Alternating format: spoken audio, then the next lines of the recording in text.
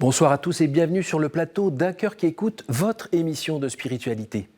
Ce soir, je vous invite à découvrir le parcours singulier de Joséphine Colanour. Bonsoir Joséphine. Bonsoir Cyril. Alors dans quelques jours, nous allons fêter la fête de Sainte Thérèse de Lisieux. C'est pour ça que vous êtes là, pour nous raconter un petit peu comment gentiment elle est rentrée dans votre vie, pour vous aider à choisir un chemin un petit peu différent. Juste avant, avant de nous raconter cela, je vous invite à nous lire un extrait de texte de votre choix. Très bien, alors j'ai choisi un poème de Sainte Thérèse de Lisieux qui s'appelle « Mon chant d'aujourd'hui ». Ma vie n'est qu'un instant, une heure passagère. Ma vie n'est qu'un seul jour qui m'échappe et qui fuit. Tu le sais, ô mon Dieu, pour t'aimer sur la terre, je n'ai rien qu'aujourd'hui. Que m'importe, Seigneur, si l'avenir est sombre. Te prier pour demain, oh non, je ne le puis. Conserve mon cœur pur, couvre-moi de ton ombre, rien que pour aujourd'hui. Si je songe à demain, je crains mon inconstance. Je sens naître en mon cœur la tristesse et l'ennui.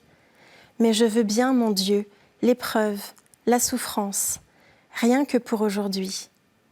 Je dois te voir bientôt sur la rive éternelle, ô pilote divin, dont la main me conduit. Sur les flots orageux, guide en paix ma nacelle, rien que pour aujourd'hui. Ah, laisse-moi, Seigneur, me cacher en ta face. Là, je n'entendrai plus du monde le vain bruit. Donne-moi ton amour, conserve-moi ta grâce, rien que pour aujourd'hui. Je volerai bientôt pour dire tes louanges, quand le jour, s'en couchant, sur mon âme aura lui. Alors, je chanterai sur la lyre des anges, l'Éternel aujourd'hui. Alors, dans ce grand livre, pourquoi avez-vous choisi ce passage en particulier ? Eh bien, c'est vrai qu'il y aurait beaucoup d'autres poèmes à lire, mais voilà, mon chant d'aujourd'hui, c'est vraiment ma nourriture du quotidien. Rien que pour aujourd'hui, c'est vraiment ma devise pour la vie de tous les jours. Et à l'heure d'aujourd'hui, c'est vraiment le poème qui me parle le plus. Alors aujourd'hui, comme vous dites, vous êtes en plateau avec nous, merci. Vous êtes maman de 4 enfants, vous êtes mariée à un diacre.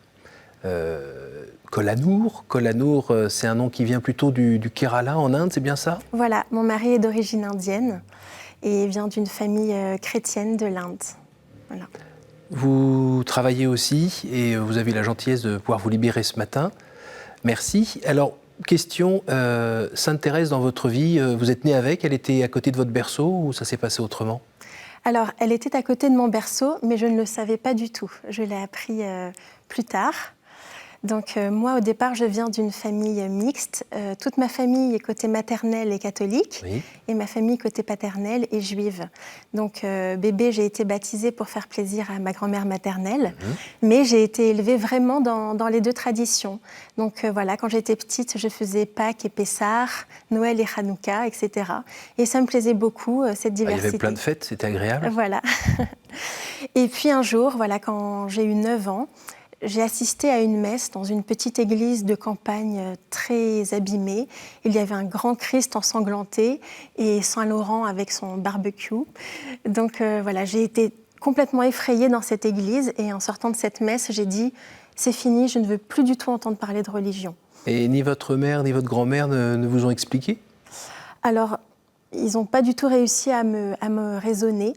Et j'ai été vraiment terrorisée. Donc pour moi, la religion était vraiment synonyme de souffrance, de mort, de cruauté. Je faisais des cauchemars avec des croix en feu. Donc voilà, ça m'avait vraiment marquée. Donc pendant toute mon enfance, ensuite, il n'était pas du tout question de catéchisme, de quoi que ce soit. Alors pour la partie catholique, d'accord, mais la partie juive, finalement, elle s'est plus développée ? Non, même pas. J'étais vraiment devenue allergique à toute forme de religion. Et puis voilà, avec mes amis, je prenais un athéisme militant. Voilà. Et puis un jour, vers l'âge de 15-16 ans, je devais aller faire des photocopies à la poste. Et je passe devant l'église à côté de chez moi. Et là, je me dis, bon, c'est sûrement une très belle église. Je vais aller voir les peintures. Voilà. Je rentre dans cette église, il est midi. Et il y a un vitrail avec la crucifixion. Et le soleil passe à travers ce vitrail. Et là, en voyant ça, instantanément, c'est comme si je comprenais « Ah ben non, ça ne s'arrête pas à la crucifixion. Il n'y a pas que la souffrance et que la mort derrière. Il y a la résurrection, la victoire. Voilà, ça se fait vraiment en un clin d'œil. Et à partir de ce moment-là, voilà, j'ai vraiment envie d'en connaître davantage. Donc ce que je ferais, c'est que chaque jour, en sortant de cours, je viens 5 minutes dans cette église, en restant en silence comme ça. J'en parle à personne. Alors pardon, mais entre 9 ans et 15 ans, Oui. vous n'aviez donc rien reçu? Non, rien du tout. Et là, tout d'un coup, en gros, c'est votre révélation? Voilà, c'est ça. Vraiment, donc voilà, c'était juste rester en silence, observer. J'en parlais absolument à personne parce que pour moi, c'était très intime, très pudique. Et puis un jour, je saute le pas. Voilà, je voyais le prêtre qui n'avait personne pour la confession et qui faisait les 400 pas dans l'église. Donc timidement, je suis venue le voir. Je lui ai dit, bon, j'ai la foi, mais je ne sais pas quoi faire. Il m'a dit, bah, très bien. Donc il m'a fait un catéchisme accéléré tous les week-ends. Et c'est comme ça que j'ai pu faire ma confirmation à 18 ans. Superbe. Voilà. Et alors, vos parents s'en sont rendus compte au bout d'un moment quand même qu'il y avait quelque chose de changé chez vous? Ou vos amis aussi? Alors au bout d'un moment, oui bien sûr, parce que j'avais le feu, la folie des nouveaux convertis. Donc voilà, j'étais très prosélyte. Voilà, au bout d'un moment, je me baladais avec un grand chapelet autour du cou. Et puis j'essayais de convertir mon père à la foi catholique. Bon, il m'a gentiment envoyé promener, mais voilà, au bout d'un moment, j'ai fini par plus me taire du tout. Votre maman, votre grand-mère? Alors, ils étaient étonnés parce que c'est vrai que c'est une famille catholique, mais c'était plus par tradition. C'était pas une grande foi vécue. Donc, voilà, ils ont été vraiment étonnés que ça vienne de moi. Et puis finalement, ma maman s'est mise à faire un chemin avec moi aussi. Elle s'est dit, ah mais si l'ado, là, ça l'intéresse, moi aussi, je vais me plonger un peu là-dedans. Et voilà, finalement, on s'est mis à cheminer un peu toutes les deux ensemble. Vous êtes fille unique? J'ai un petit frère qui a 10 ans de moins que moi. Et alors, comment il a réagi, lui? Lui, quand il était petit, voilà, côté maternel, on voulait le baptiser, côté paternel, on voulait le circoncire, et puis finalement, il n'a rien eu du tout. Donc, lui, il était intrigué, mais ça lui passait un peu par-dessus toutes ces histoires. Voilà. Donc Quand vous repensez à cette histoire de vitrail, c'est encore très présent aujourd'hui ou... Oui, vraiment, c'est une image que je ne peux pas oublier. C'est quelque chose qui m'a traversée instantanément. C'était très beau. Alors, on m'a raconté qu'une fois, vous êtes allé dans une librairie qui se trouve en face de Notre-Dame des Victoires. Ch'ting-ding, ça sonne, vous ouvrez la porte. Bonjour madame, vous avez 15 ans je crois, et vous demandez à voir Histoire d'une âme. La vendeuse vous répond oui, bien sûr qu'on l'a, et vous en demandez combien d'exemplaires? 6. 6 exemplaires. Donc elle est un peu surprise, elle va chercher les 6 et vous expliquez que c'est pour les distribuer autour de vous, tellement c'est bien comme livre. Voilà, alors ça, ce n'était pas à mes 15 ans, parce que justement... Ah, donc c'était une légende. J'ai eu un premier mouvement donc, de conversion, mais à la fois, j'avais ma vie d'ado et je n'arrivais pas du tout à vivre ma vie de foi dans ma vie de tous les jours. Et j'en souffrais beaucoup parce que voilà, j'arrivais pas à renoncer aux mauvaises choses. J'ai eu une adolescence très difficile avec beaucoup d'excès, beaucoup d'histoires en rébellion. Donc voilà, c'était vraiment un peu schizophrénie, la vie de foi d'un côté, et puis à côté, on n'arrive pas à mettre en pratique. Et puis je souffrais beaucoup parce que je me disais, maintenant j'ai la foi, je prie, mais je me rends compte qu'il y a toujours des gens qui meurent, toujours des enfants qui ont faim. Je sais que Dieu est là, mais comment ça se fait ? Et donc voilà, j'étais vraiment tiraillée. Et c'est ce prêtre, au bout de 2 ans, ce prêtre qui m'accompagnait m'a dit « Écoutez, vous avez qu'à lire Thérèse de Lisieux ». Donc au début, j'étais pas du tout emballée parce que dans ma paroisse, la statue de Thérèse de Lisieux, c'était une statue très cucu avec des petites roses. Moi, j'aimais le rock, ça me parlait pas du tout. Je me suis dit, par obéissance, je vais acheter l'édition la moins chère possible. Et au bout de 2 pages d'Histoire d'une âme, de l'autobiographie de Sainte Thérèse, là, je fonds complètement en larmes. J'ai été retournée comme une crêpe. J'avais pas cours ce jour-là, donc je prends mon livre, je pars m'installer dans l'église et j'ai passé toute la journée à lire Histoire d'une âme dans l'église. Et donc là, ça a été vraiment ma deuxième et définitive conversion, voilà, grâce à Thérèse. Pour ceux qui connaissent un petit peu Sainte Thérèse de Lisieux, je dis bien un petit peu, on parle toujours de cette histoire un peu cucu, les roses, les machins, la façon d'écrire un peu petit poème à l'eau de rose et autres. Donc, est-ce que pour vous, c'était quand même assez rock'n'roll pour vous retourner? Qu'est-ce qui s'est passé? Complètement. C'est ça. À la fois, donc, j'ai vu sa douceur angélique, mais en même temps, dans les premières pages, j'ai vu tout de suite son côté docteur, avec une doctrine tellement moderne pour son époque et même pour maintenant, tellement novatrice, tellement inspirante. Et puis à la fois, donc, Thérèse est une adorable petite carmélite, mais en même temps, c'est une guerrière, parce qu'elle a énormément souffert. Déjà, rien que d'être carmélite, parce que pour vivre avec 20 bonnes femmes toute sa vie dans un espace confiné, c'est pas évident. Mais aussi parce qu'elle a eu la tuberculose, et donc elle était quasiment pas soignée à l'époque.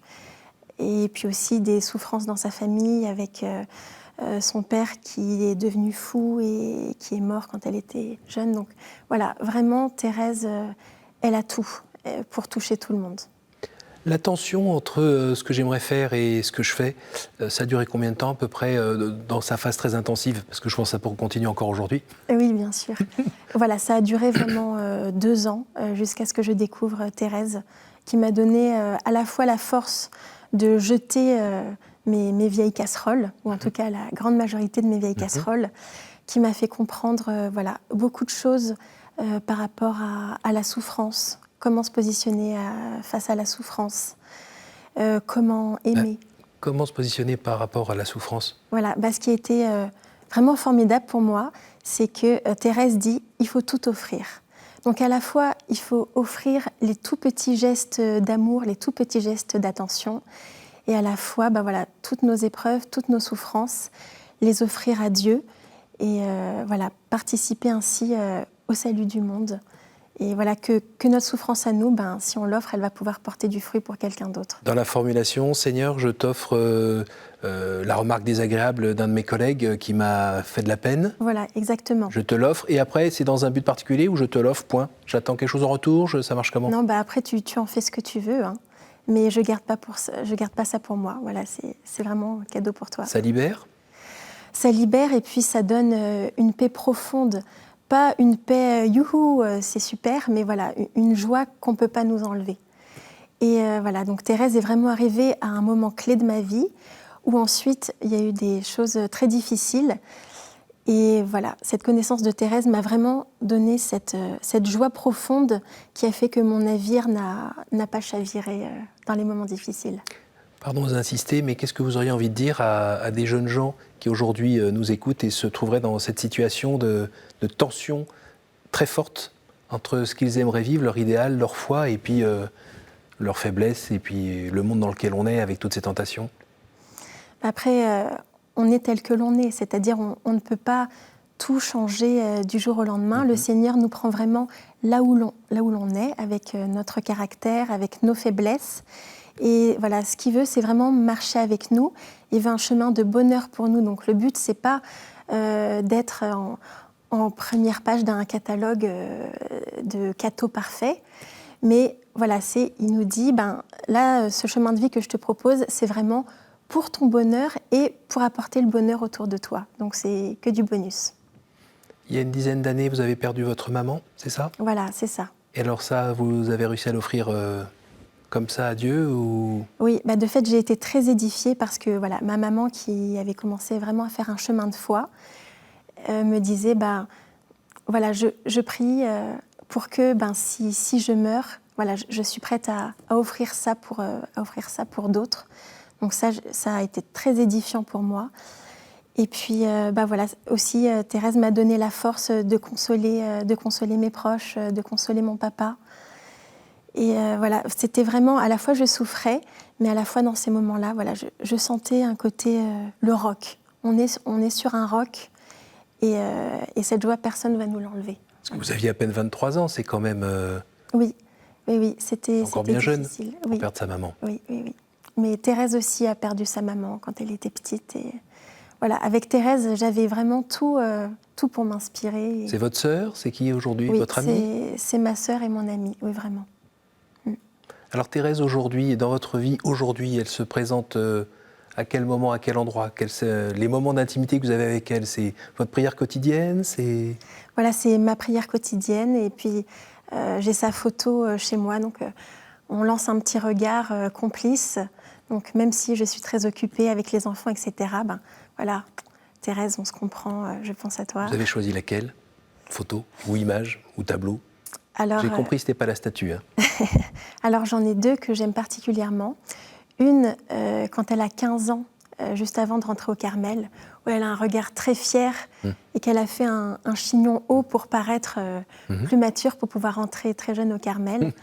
Et puis une autre avec son voile de professe, donc son voile noir au Carmel, où elle est un peu tournée comme Mona Lisa, comme ça en trois quarts. Et elle lance un regard tellement intense. Voilà. Qui saisit en fait. Oui. Quand parfois c'est un peu agrandi dans les églises et qu'on marche, tout d'un coup quelqu'un nous regarde et c'est juste une photo, mais elle regarde vraiment. Oui. C'est impressionnant. Alors je reprends justement ce que vous disiez sur mon entrée en librairie. Donc ça a eu lieu lorsque j'avais 18 ans à peu près, où j'avais très envie de parler de Thérèse autour de moi. Et je voulais acheter Histoire d'une âme en gros. Et en rentrant dans cette librairie, la libraire qui était en face de moi, c'est maintenant ma grande amie Hélène. Donc c'est ça aussi, c'est que Thérèse, c'est comme une araignée, mais une très gentille araignée. C'est-à-dire elle se met à tisser une toile et elle ne vous lâche jamais. Et à partir du moment où j'ai découvert Thérèse, j'ai fait des rencontres incroyables. Donc déjà, j'ai rencontré mon mari autour d'une discussion sur Sainte Thérèse. J'ai rencontré ma grande amie en achetant Histoire d'une âme. Ensuite, j'ai eu la possibilité d'habiter à Lisieux, de travailler pour les Carmélites de Lisieux, d'élaborer une exposition sur Thérèse. Ensuite, en discutant avec ma grand-mère, j'ai découvert que j'étais petite protégée de Sainte Thérèse, qu'on m'avait inscrite quand j'étais enfant. Quand j'ai retrouvé ma médaille de baptême, j'ai vu que c'était une médaille de Sainte Thérèse. Donc voilà, j'ai vu que... Voilà. Alors parfois dans sa vie, qu'on parlait d'épreuves tout à l'heure, on peut vivre des moments de solitude existentielle un petit peu forte, où l'incommunicabilité des êtres, on se la prend en pleine figure. À ce moment-là, vous avez toujours Sainte Thérèse qui est là? Toujours, parce que justement, on peut lire qu'au Carmel, il y avait une sœur que Thérèse ne pouvait pas supporter. Vraiment, c'était très très dur. Elle ne pouvait pas l'encadrer. Et elle s'est dit, du coup, je vais redoubler de gestes d'amour pour cette sœur. Et si bien qu'à la mort de Thérèse, cette sœur témoigne en disant « Oh, mais la sœur Thérèse, elle m'aimait tellement, je ne sais pas pourquoi. » Donc voilà, Thérèse m'a vraiment appris que certaines personnes qu'on ne peut pas supporter, c'est normal, on est humain, et même des ennemis, et avec la grâce de Dieu, on va apprendre à aimer cet ennemi, à aimer ou à vouloir le bien ou à voir le meilleur dans cette personne qu'on ne peut pas supporter. Alors donc vous avez la joie d'avoir 4 enfants aujourd'hui. C'est facile à transmettre la foi chrétienne aujourd'hui et puis justement cette relation avec Sainte Thérèse? Alors j'ai mes 2 aînées qui sont nées à Lisieux, donc elles sont tombées dans la potion magique quand elles étaient petites. Et je pense que quand on commence tout petit, c'est beaucoup plus facile. Ne pas avoir peur d'emmener les enfants à la messe en se disant « Oh, ils vont faire trop de bruit, il vaut mieux pas ». Et puis leur montrer le côté joyeux, que le rendez-vous avec la messe, c'est pas une corvée. Mais on est joyeux de retrouver Jésus, de dire à Jésus que l'on aime, de retrouver d'autres chrétiens qui partagent notre foi. Donc j'insiste vraiment sur le côté joyeux avec les enfants. Est-ce que vous pouvez nous dire un petit mot sur cette vocation inattendue d'être femme de diacre ? Parce qu'en général, on signe avec le mari, ce n'est pas le diacre qui s'engage tout seul. Oui. Et toujours Thérèse qui nous dit aimer, c'est tout donner et se donner soi-même. Donc j'ai la joie d'avoir un mari qui veut tout donner aussi. Et tous les deux, on a toujours senti un appel au service. On voulait servir le Seigneur ensemble. Et on a plusieurs personnes qui nous ont appelés au diaconat. Et ça correspondait vraiment à ce qu'on sentait intérieurement. Donc au bout on a fait 4 ans de discernement et de formation. Vous aussi ? Oui, avec le mari, voilà. Et pour avoir un peu le même niveau de conversation ?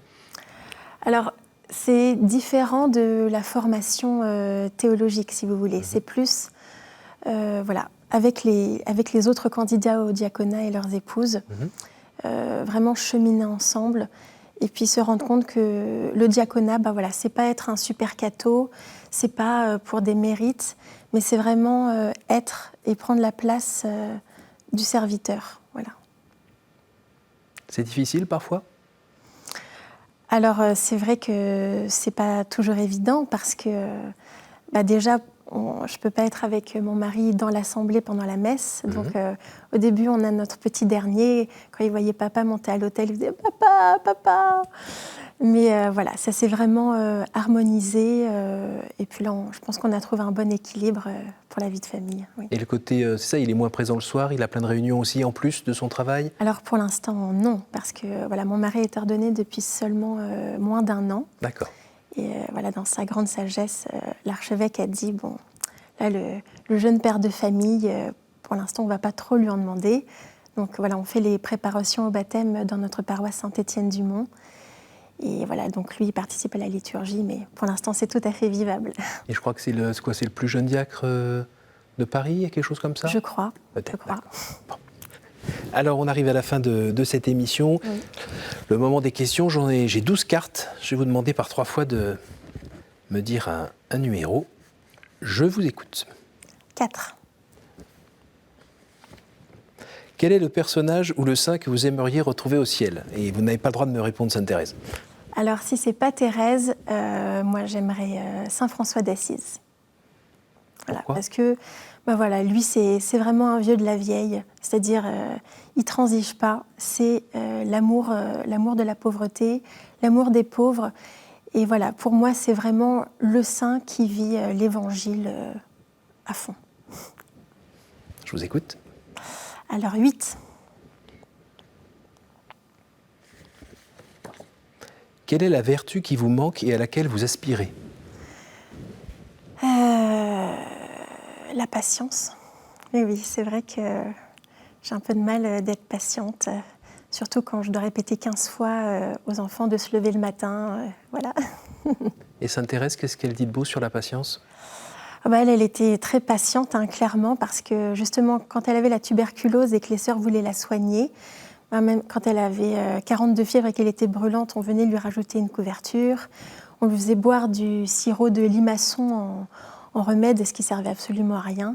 Donc elle a patiemment supporté de la part de ses sœurs les difficultés. Et qu'est-ce qui fait que Sainte Thérèse, quand vous la lisez, quand vous en parlez, c'est pas une personne qui a vécu il y a très longtemps ? Oui, c'est ça qui est fou avec elle, c'est qu'on a toujours l'impression qu'elle est proche et qu'elle parle à tout le monde.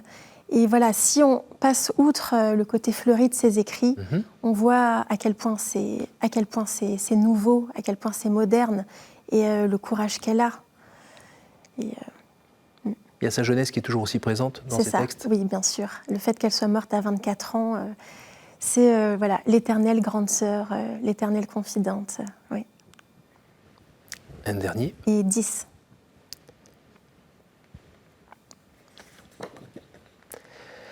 Quelle est la dernière fois où vous avez reconnu l'action du Christ dans votre vie ? Justement, il y a quelques jours, quand vous m'avez proposé de participer à l'émission, parce que je ne m'y attendais pas du tout. Et la veille, justement, j'avais regardé Un cœur qui écoute. Et je me disais, ah oui, j'aurais jamais cru que la semaine d'après, je serais sur le plateau. Donc le Seigneur continue de me faire des surprises. Et le fait de pouvoir témoigner sur Thérèse, franchement, je ne pouvais pas être plus heureuse, quoi. Alors je vous donne 1 minute pour nous convaincre qu'il faut lire ce livre. Thérèse vraiment s'adresse à tout le monde. Elle touche tous les cœurs. Elle fait des miracles. Elle nous accompagne. Elle a compris le rôle de la miséricorde, c'est-à-dire que le Seigneur est un Père miséricordieux qui nous attend. Après, elle nous apprend vraiment à vivre d'amour. Voilà, il y a un très beau texte aussi que je n'ai pas lu qui s'appelle « Vivre d'amour ». Et elle vous surprendra toujours et elle ne vous laissera jamais tomber. Merci beaucoup, Joséphine. Je vous en prie. Merci d'avoir pris du temps sur votre vie bien chargée pour nous partager cette piste pour rejoindre cette accompagnatrice, en fait, Sainte Thérèse, qui peut être à côté de nous, qu'on soit jeune, vieux ou jeune ou vieux. Merci beaucoup, merci à vous tous pour votre fidélité. N'hésitez pas à revoir cette émission et à la partager autour de vous grâce à notre site www.ktotv.com. Et puis, moi, je vous donne rendez-vous la semaine prochaine. Bonne soirée.